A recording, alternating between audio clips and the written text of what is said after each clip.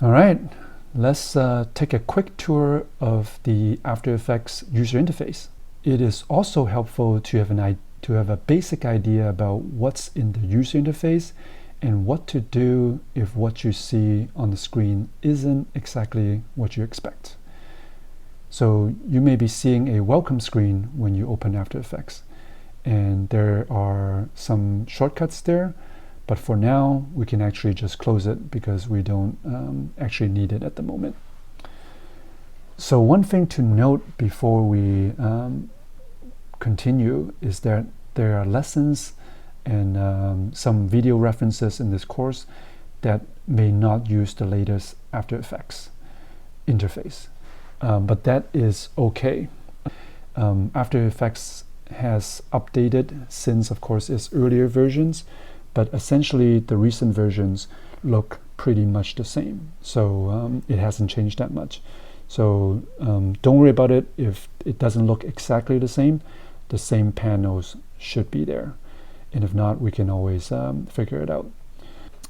So what we have here in After Effects is a series of panels. I can highlight each one of them, and you can see that there's a blue outline around the ones that we've selected. This affects the keyboard shortcuts that work in that particular area. So if you highlight an area, there will be specific keyboard shortcuts that work in that area. So you don't have to worry too much about that now, but that's just something to know. And now I'm gonna just kind of rearrange the panels, rearrange the interface, and kind of make a mess of it. I'm just going to drag things around to different places, and to a point that now you don't really recognize kind of the original interface. Now that's okay, because what we're going to do is actually reset the workspace. So if that happens to you, you kind of played around with the workspace and it looks became kind of weird looking, don't worry. So under the Windows menu, you see workspaces. They're the same features as you would probably know from other Adobe software. And right now it's set to default. But since we've changed the default workspace around, we've kind of made a mess of it. But all I really need to do is to get back to it now is just going to reset default to saved layout. And just like that, we're back to where we were in the beginning. Now let's talk about the project files in After Effects and what they contain.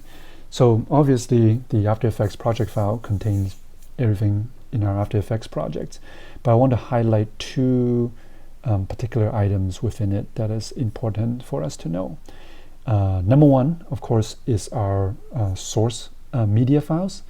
Those would be our video files, our audio files, our still images. So those would be our source files. And the other one is our composition. Composition is a main staple, main element in After Effects. It is essentially a container that stores those video and audio files in separate layers and in a specific timeline. And it is within the composition where all the kind of creativity and magic happens, where we rearrange those files, add effects to them. That's how we create our fun After Effects projects. So essentially, composition is the container that contains all of that. With that context, let's go into each of the different panels in our workspace. So the first one is actually our composition window. So this will be our work area where we can kind of preview our current projects and composition. And then the second panel is our timeline. So this is actually where most of the work will be done, is within our timeline. This is where we move our keyframes and set our timing. And don't worry, we're going to get into more details on that in the future. And this is also where the layers are. This is where you will work with graphic elements, properties, different color, size, placement, opacity will be all in here. And over here is the project panel. This is where we will be able to see all the files that we have imported into our project and all the compositions that we have created. And on the right-hand side, or in the default workspace on the right-hand side for us, this is a series of panels that you can expand to see more. And this is the place where the effects and presets are located. And finally, we have the toolbars here. And of course, they hold the selection tools, the zoom tools, rotation tools, tools that we will use to kind of manipulate our composition. And of course, there's a lot here, but don't worry, we will be going through quite a few of them in the future. So let's get started with just creating a sample composition. So the easiest way is to click on the New Composition from Footage button. So if you don't see this, it may mean that you're using an older version of After Effects. And I would strongly encourage you to update so that this course will actually match feature-wise with what you're doing. So when I click on it, it asks me for some source footage. And I happen to have a file where I can, a video file that I can load up. So when I click open, notice that a few things have changed. There are a couple of icons and names here in the project panel. Here's the clip that I chose, and then there is a composition with the same name that has been created, which is reflected down here in the timeline where you see the same name. So the same composition is down here. And the same composition is also up here in the composition viewer where we can actually watch the clip. Now, if we want to see it in motion, the simplest way to do that is just to press the spacebar, and you're going to see this green line drawing out.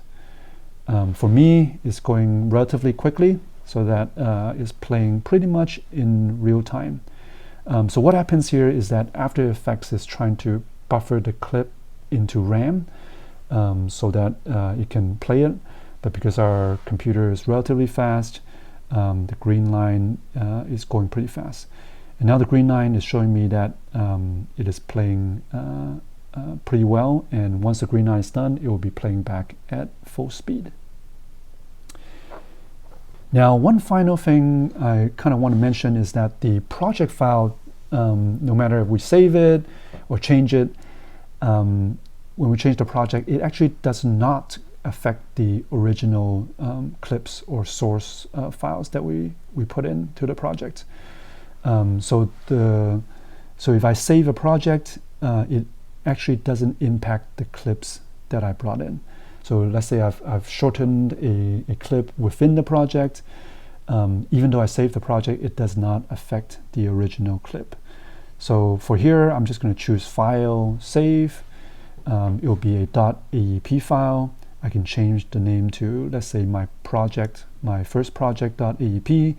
And no matter where I save it, it's not going to affect the video clip that I had brought in. So yeah, so just want to point that out, and so you can safely work on projects without worrying that it will affect the source files. All right, so that is the introduction to the After Effects UI, and we'll see you in the next video.